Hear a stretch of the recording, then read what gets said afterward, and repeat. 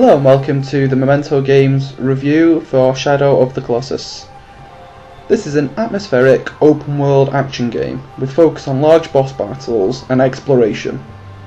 Much like the developer's last game, Ico, the narrative is subtly woven into the gameplay with very little dialogue, but it still remains effective and impactful and builds to its ultimate climax. The game is unapologetically sparse, which proves to be an endearing quality that adds to its intended artistic direction and unique style. Exploring the locations and trying to find your way to your next target will prove a visual and atmospheric treat.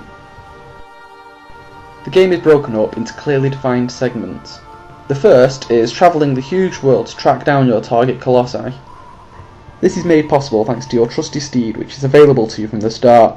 The horse mechanics are truly the most instinctive and innovative seen in any game ever, which makes the long stoic journeys across the vast plains a pleasure. The second segment is fighting the creatively designed Colossus. These encounters, when at their best, are heart-stoppingly good. The well thought out controls work perfectly for the imaginative and intelligent battles. These two segments work in stark contrast, and each seem to amplify the other's experience. It's really an ingenious design.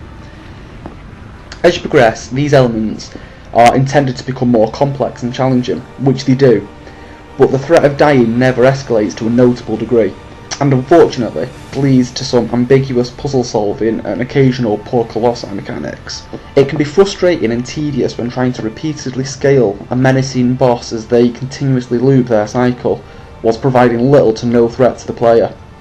I found this to only be an issue later on in the game, and it certainly wasn't enough to ruin the experience. Shadow of the Colossus is focused to a fault. It can become repetitive and at times frustrating, but your overall sense will be one of excitement and wonder.